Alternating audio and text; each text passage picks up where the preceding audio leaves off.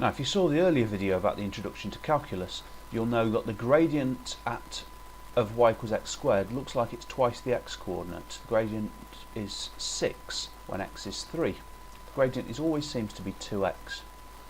Let's have a look at the calculations which showed that again. I'll change that so that we're not zoomed in quite so much. Here we're looking at the 2 points, 0.1 either side on the x coordinate. And it tells us that the real gradient is sandwiched in between 2x minus 1, minus 0.1 and 2x plus 0.1. But there is a problem, that it's never quite just 2x. It's always sandwiched between two values.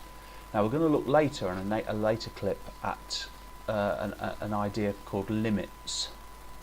But for the moment, some teachers or some textbooks in particular try to explain this away by saying, well, what happens if this number here, this 0.1, becomes so small that we can now ignore it?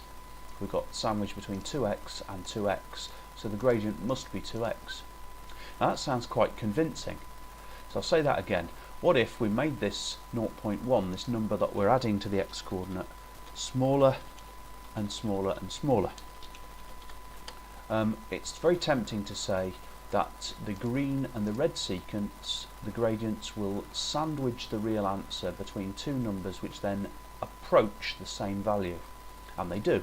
But what is that same value? Well, it looks like it's probably 2x. How can we show that? Well, by saying that this number 0.0001 and 0.0001 here can be as small as we like it to be. What if it was so small that it was 0? Then we'd end up with it being sandwiched between 2x and 2x. In other words, the gradient must be 2x. The problem is, if we let that value equal 0,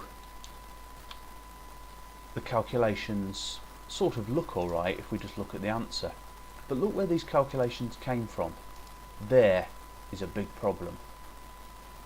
We end up dividing by 0 somewhere along the lines, and that's illegal.